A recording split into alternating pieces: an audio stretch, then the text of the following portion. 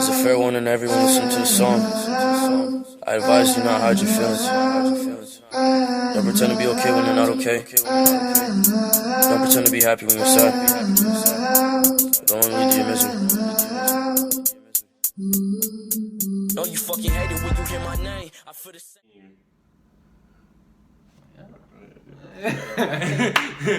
Alright, but so how you on your videos? So I don't be doing what everybody else be doing. Like, well, it don't really matter how I open. Like, well, introduce yourself. This is Larry Thornton. This your boy Tré. That's what my channel name is. Tré.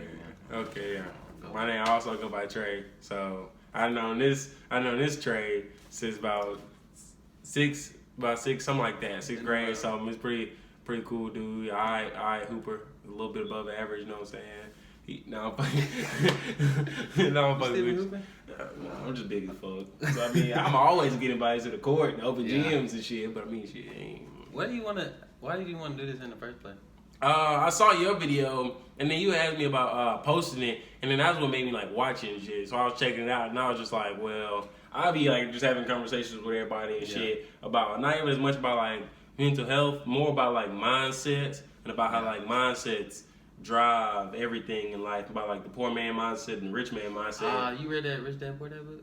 I don't read. I don't read. But pretty much, like, how the poor dad gonna say, I can't afford it, and the rich dad gonna say, how can I afford it? And I've noticed, like, a lot of problems recently we had, like that. Because I got a lot of friends who just, like, can I curse it?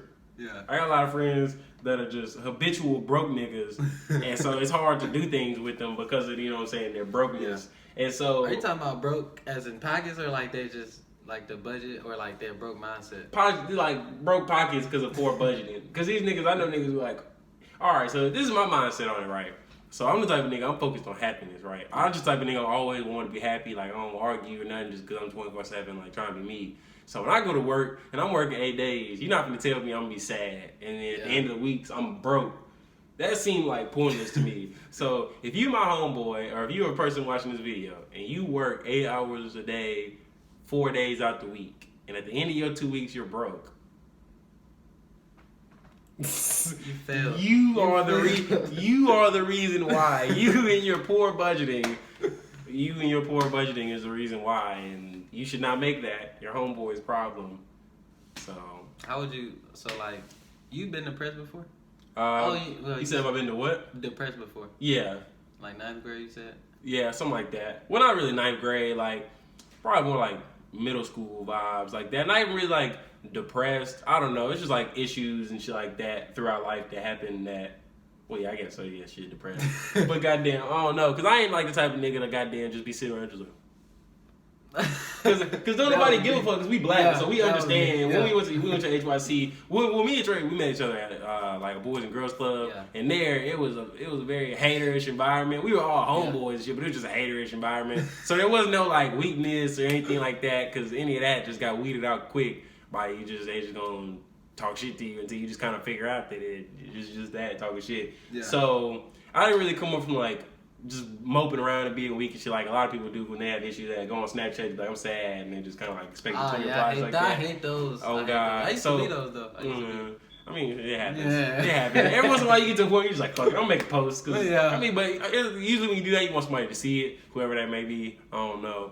But no, usually like I wouldn't say like I was usually like depressed. It'd probably be situations that I feel like I couldn't really control. Cause a lot of my issues stem from like school and shit. Cause I didn't really have like social like issues and shit. Not like I'm not saying I was like the coolest nigga in school. But I just had friends and shit. I was cool with everybody. So I ain't never really have any social issues. But a lot of my issues just came from like in the classroom and shit. And like the I feel like I disassociated from class because I was cool. I feel like it was hard for me to keep up with the doing good in school. Not saying doing good in school and being cool. It was just like I was just trying to do too much little cool shit. And I just kind of like, I missed out on little key shit over the years. It just kind of stack up. And then once you get to high school, they really do start asking you about the shit that you learned or about in middle school, that you learned about in middle school and shit. So my grades wasn't really the best. So that was a big cause of problems for me, because it was like, what am I gonna do like life-wise? Not like that, like how, because it seems like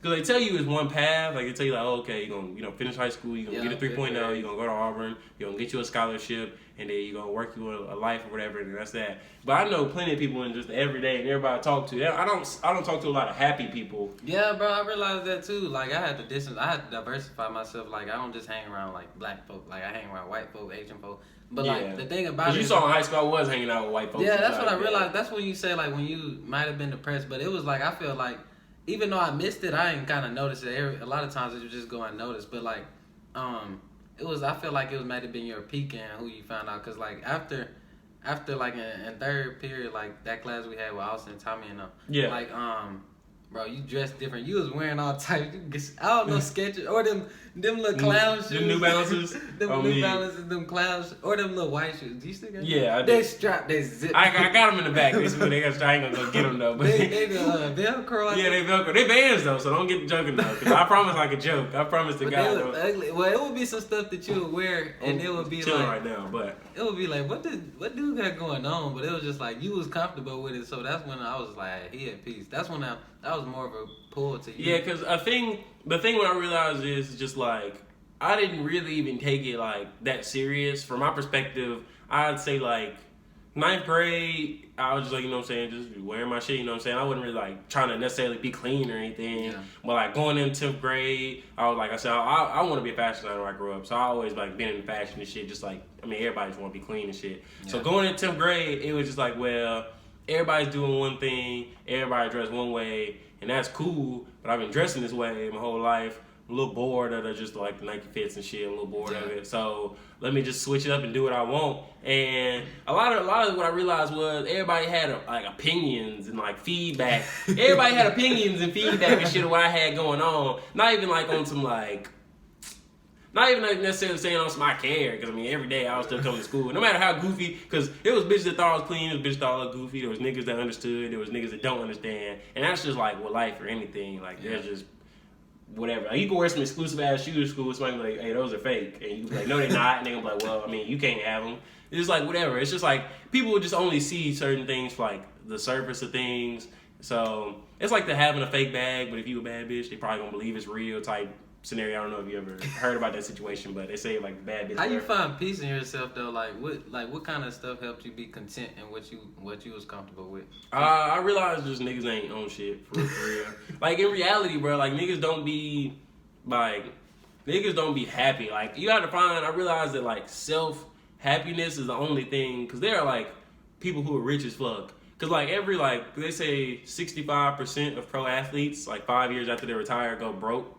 And it's just like, there's no way that you can be living a happy and sustainable life and be anchoring your fucking budget like that and just be destroying yourself with being that happy and shit like that. So I kind of took the mindset of, like, there's no way I'm going to be successful in anything in life if I'm not happy, because I'm just going to be there, I'm going to be sad. I'm going to put in like 50-50 effort, and it's just going to give people an image of me that you can obviously control the image you can put out there, but there's a lot of like perspective. Like the kid that gets joked on for having the bad shoes, but nobody knows what's going on in his house. It's like perspective. It's like the kid that comes to class and he's sleeping all the time, but nobody knows. Nobody's thinking like, hey, why is he not sleeping at home? I didn't think about that until like 12th grade. Cause I used to do that. Yeah, I remember there was this nigga in like middle school. I remember he used to always be sleeping. There'll be like silent reading time, and so we'd be popcorn reading. And every time he come to me, I'd be on some little funny shit. I'm like, I'm finna pick Blake ass. That nigga over there sleep. And I'd be like, Blake. And everybody look at his ass and he'd be sleeping. I'm like, oh, God. But I didn't realize. I'm thinking about it now. I'm like, why is this nigga always? Why is he tired? Why can this nigga not sleep at home? But I don't know what he had going on. But that's just my name. You can believe that nigga name. But you know what I'm saying? I mean, I don't like no Blake. But I'm gonna have to make a part 2. Okay. Because that is. Talk to, captivated by your mind that you walk to. Can replace you with these bitches that I talk to. The same blessings, love we had.